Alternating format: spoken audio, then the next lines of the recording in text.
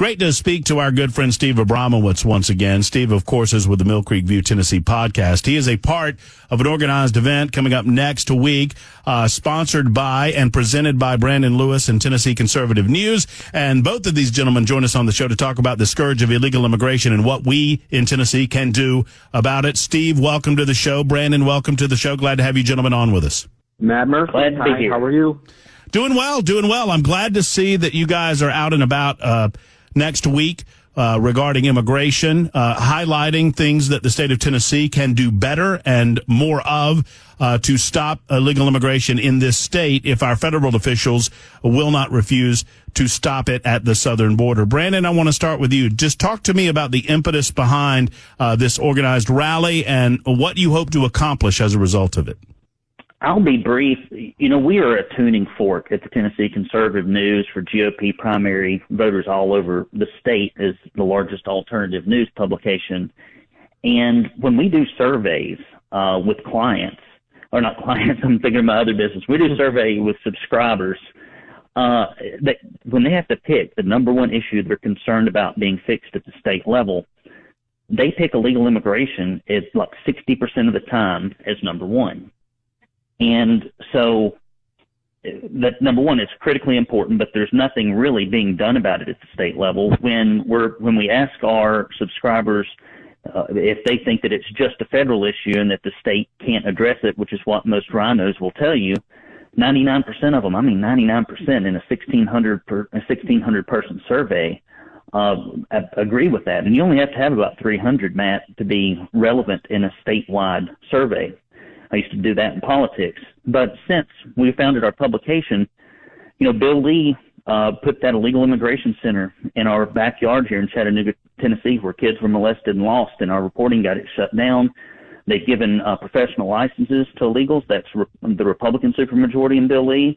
They have brought bills to try to make illegal aliens police officers. That's William Lambert. Our reporting got that stopped.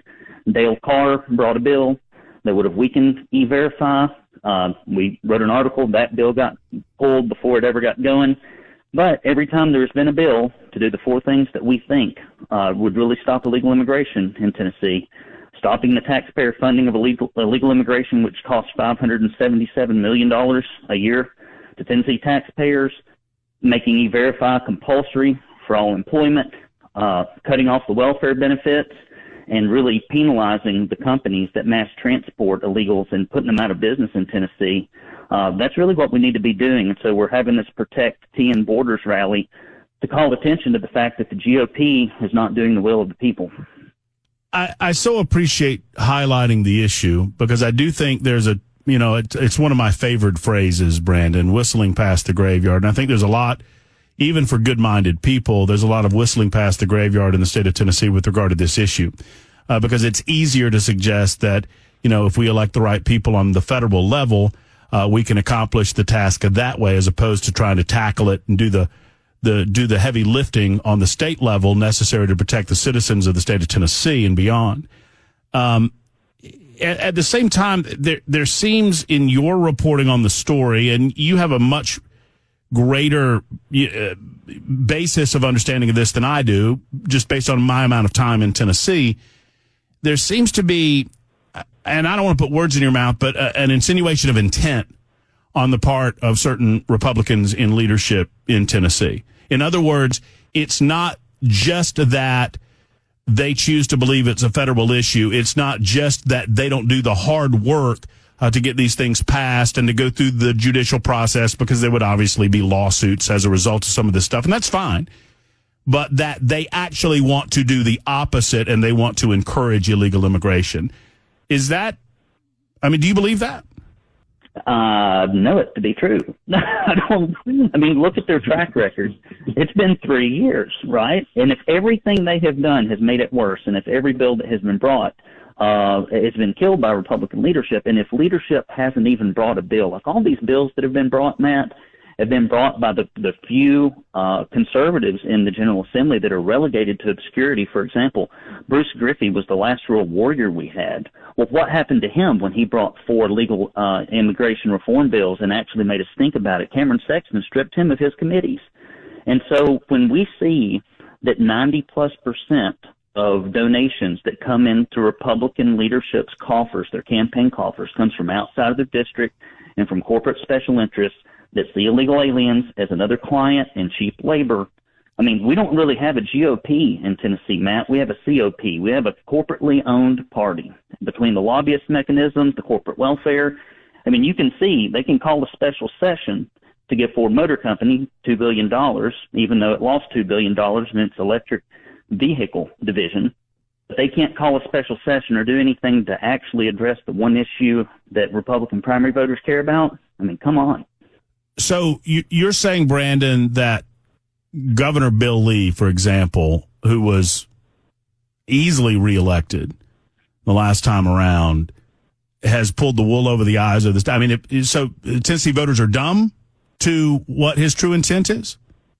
I think they are largely misinformed, or I would say low information. You know, Matt, most people go vote out of a sense of civic obligation and duty because they feel guilty if they don't, and they feel like they can't complain if they don't. But I could go outside a polling place, even a polling place, and ask, or even a gas station, ask them, well, who's your state rep? Who's your state senator? And here's the other kicker.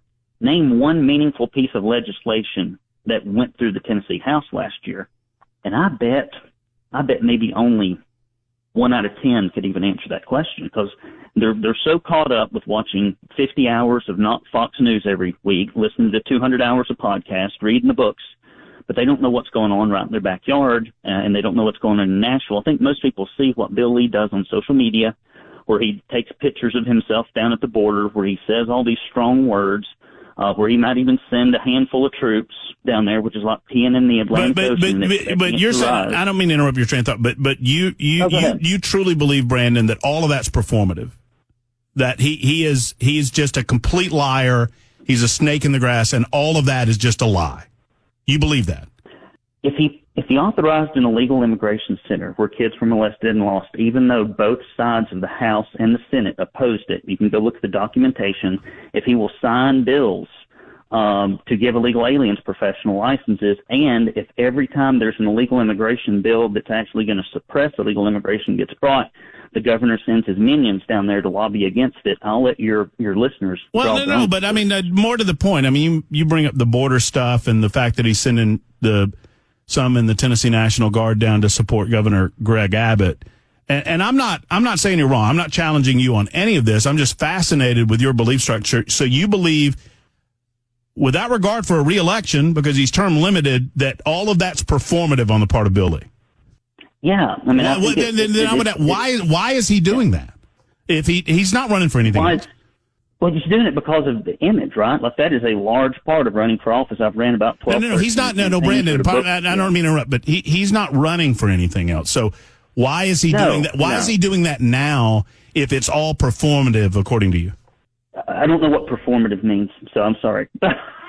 You're saying he's lying to the people of Tennessee when he says that he's against illegal immigration.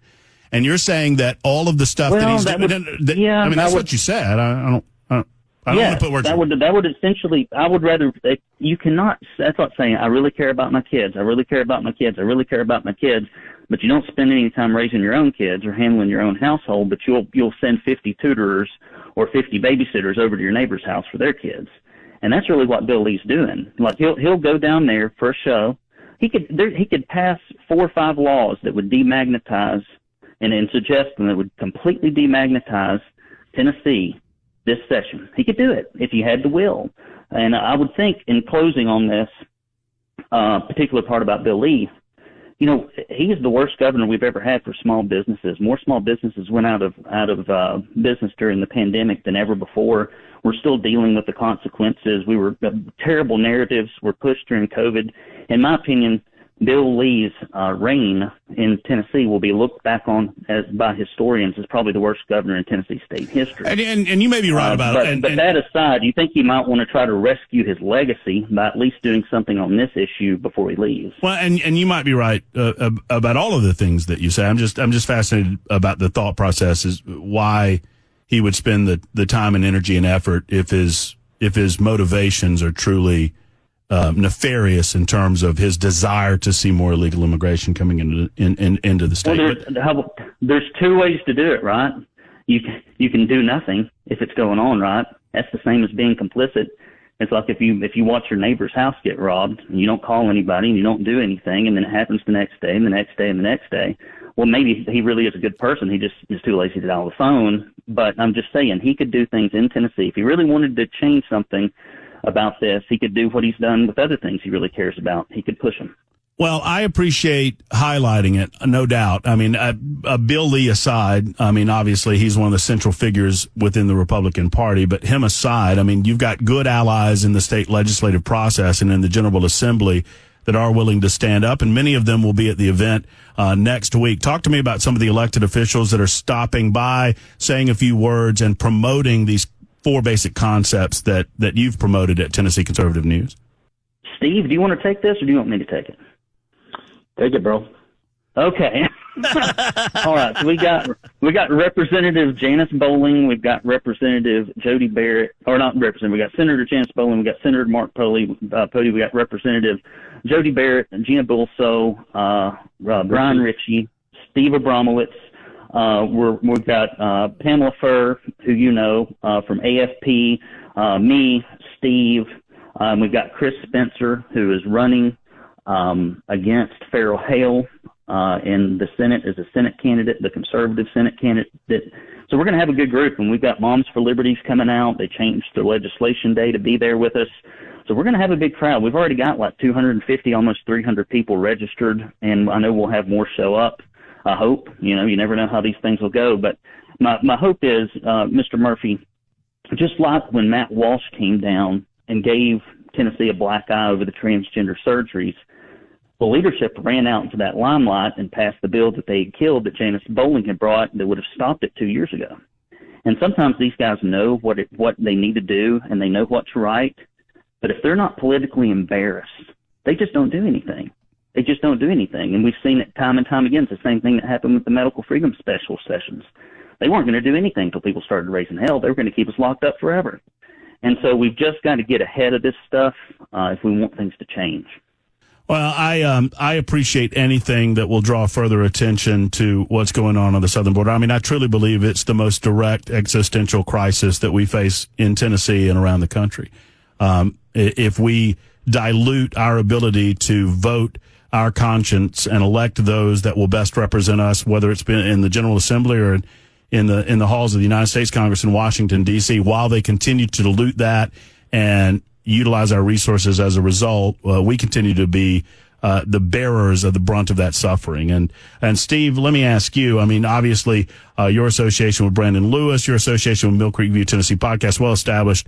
Talk to me about what your hopes are, Steve, what you want to accomplish from the rally. I mean, obviously, we want to draw attention to this thing, but anything more specific for you?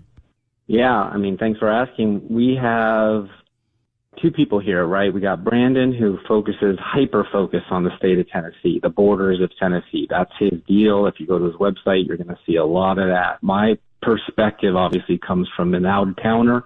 I've been here almost 2 years. I've been an observer of all things conservative, all things Tennessee, and that includes making mistakes that if you don't conservatize or republicanize them, it won't be the reddest of red states like it has been. For example, for the last 12 years, there's been a 52% decrease in the homeless veterans in the country. All right. That's my perspective. The country, not just Tennessee. But in the last year, we had a rise of 7.4% in veteran homelessness.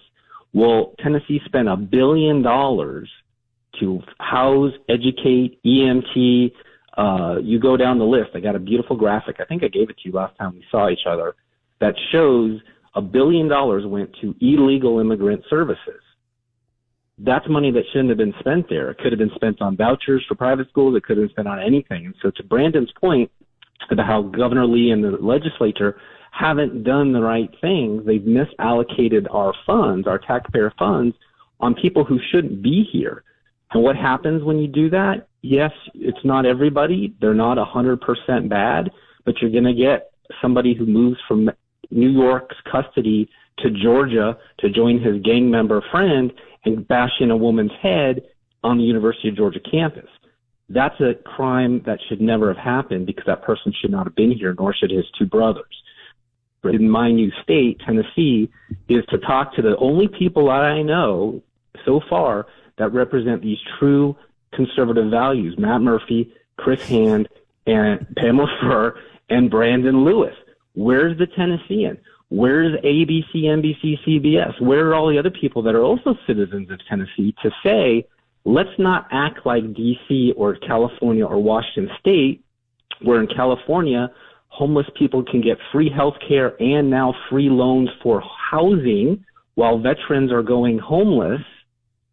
Let's make everyone else act like Tennessee. But Tennessee first has to act like Tennessee, the truest and best republic that Thomas Jefferson said and had, a constitution that defends its citizens. That's why we volunteer, to keep it Tennessee. So that's why I'm involved. Brandon, I only wish that your rally was at a different time so I could be there. But sadly, I get it. I understand that you've got to attract the maximum amount of people. I have a little job to do while you'll be at the rally, but I will be there in spirit. Look, I look forward to perhaps talking about, time limitations prevent us from talking about some of the specifics of what you believe the 4 different things that we can do, and I think you've presented it on Tennessee Conservative News, the 4 different things that we can do as Tennesseans. I'm all in favor of the E-Verify. I want every employer. I know that small business owners say that it would be a burden on them. I'm sorry for that, but the importance of making sure that they're hiring legal aliens, legal aliens or legal people, legal citizens is far more important. I'm all about the various planks of this. I think some of them will be a little more difficult for the state to accomplish than others because of some Supreme Court rulings that have come down. But we can get into some of those details at a different time. The biggest takeaway that I want people to leave this interview with is that I'm happy that there are people having these discussions, reminding fellow Tennesseans that there are more things that our General Assembly can do, and if they focus on these issues, they can accomplish some of these things to help at least protect Tennessee as best we can while the federal government goes to hell in a handbasket, frankly. 1 o'clock, March 20th, Capitol steps. We'll hear from all of these wonderful speakers who are actually true lovers of Tennessee beyond what we could ever hope to see in a California or a Washington state where they're taking away your natural gas, or Denver, where they're asking residents to open their homes to migrants and not calling them illegal aliens, or the federal government flying 230,000 around so gross. Like Venezuela, where they emptied their jails. This is like the Cuban, boat lift way back in the day that St. Carter. So Tennessee has a chance here to do the right thing, to be the most conservative, the most Republican state of all 50, and it's not hard. It isn't hard. It's polls very high. It's a win-win. Who knows the real reasons why they vote no for these things, but the answer is the voters want it. So come out on the 20th. I know it's middle of the day. You'll be working. Maybe send a remote and do it live. I'd love to see you. But bottom line is, if Tennessee doesn't do it, nowhere will. Brandon, thank you for stopping by. Let's get together sometime and we'll talk further about it and any other thing that you want to discuss. I appreciate getting to meet you via the phone, and we'll talk again, friend. Well, and for your listeners, listen, you've got a man here that is willing to actually talk about this issue on the airwaves. This is an untouchable subject, and only the real conservative hosts will even touch it in Tennessee. And so I appreciate you, Matt, for having the bravery and the courage to bring this to people's attention when so many others wouldn't. Well, I'm happy to. And even look, I am a big believer that if we agree on 99 out of 100 things, then we can advance the ball in terms of conservatism or libertarian. We can advance the ball for the benefit of the state of Tennessee far more so than those that are just going to sit on the sidelines and pretend they can't do anything about it. And that is why I appreciate your rally so much and why I appreciate the conversation so much. Thank you, Brandon. Amen, brother. Thank you, Steve. I appreciate you as well with Mill Creek View, and we'll see these guys next week on the 20th as they join so many down at the Capitol steps.